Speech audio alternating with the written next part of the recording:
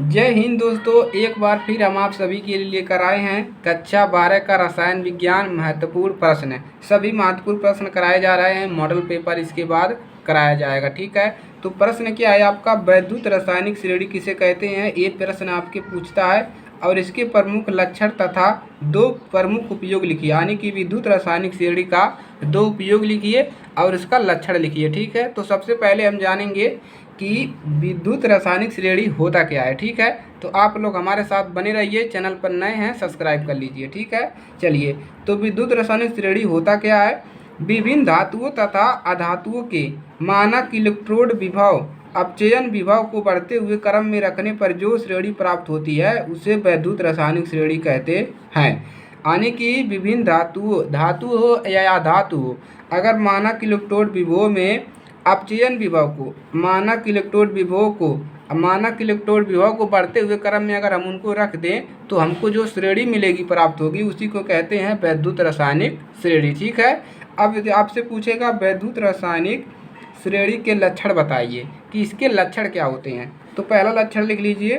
पहला लक्षण हो जाएगा, श्रेणी में ऊपर से नीचे की ओर जाने पर तत्वों की अपचयन क्षमता घटती है। यानी कि श्रेणी से अगर ऊपर से नीचे जाओगे तो तत्वों की जो अपचयन क्षमता होगी वो क्या हो जाएगी, घटने लगेगा। ठीक है, और नीचे से ऊपर जाने पर अपचयन क्षमता क्या होगी, बढ़ेगी। नीचे आने पर घट रही है तो ऊपर जाने पे बढ़ेगी। ठीक है, चलिए अगला है, हाइड्रोजन से ऊपर के सभी तत्व अम्लों से अभिक्रिया करके हाइड्रोजन गैस मुक्त करते हैं, तो इसको भी तैयार करना है। ठीक है, जबकि नीचे वाले तत्व अम्लों से क्रिया करके हाइड्रोजन गैस मुक्त नहीं करते हैं।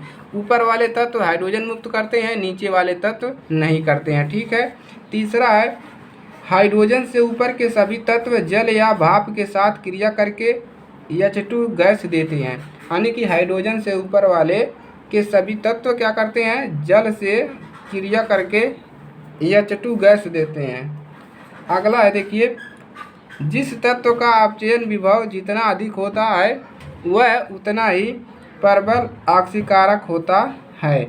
इसके कहने का मतलब है, जिस तत्व का जिसका अपचयन विभव जितना अधिक होगा उतना ही उसका क्या होगा, प्रबल ऑक्सीकारक होंगे।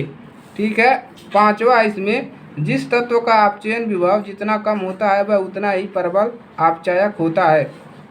तो आप इसमें 2 या 3 लिखेंगे, 4 लिख लेंगे आपके लिए काफ़ी है। ठीक है, पूरा लिखने की आवश्यकता नहीं है। देखिए, श्रेणी क्रम का ऊपर वाला तत्व तो नीचे वाले तत्व को उसके विलयन से विस्थापित कर देता है। तो आप केवल 4 ही लिखिए, या जितना याद है आपको 2, 3, 4 उतना आप लिख सकते हैं। ठीक है, ज़्यादा लिखने की आवश्यकता नहीं है। ठीक है, और इसका उपयोग पूछता है कि वैद्युत रासायनिक श्रेणी के 2 उपयोग लिखिए। ठीक है, निम्नवत है। तो पहला उपयोग देख लीजिए, किसी सेल के मानक वैद्युत वाहक बल का निर्धारण करने में, किसी सेल के मानक वैद्युत वाहक बल का निर्धारण करने में। ठीक है, दूसरा है, धातुओं की क्रियाशीलता की तुलना करने में, यानी कि धातुओं की क्रियाशीलता कितने से क्रिया हो रही है उसकी तुलना करने में।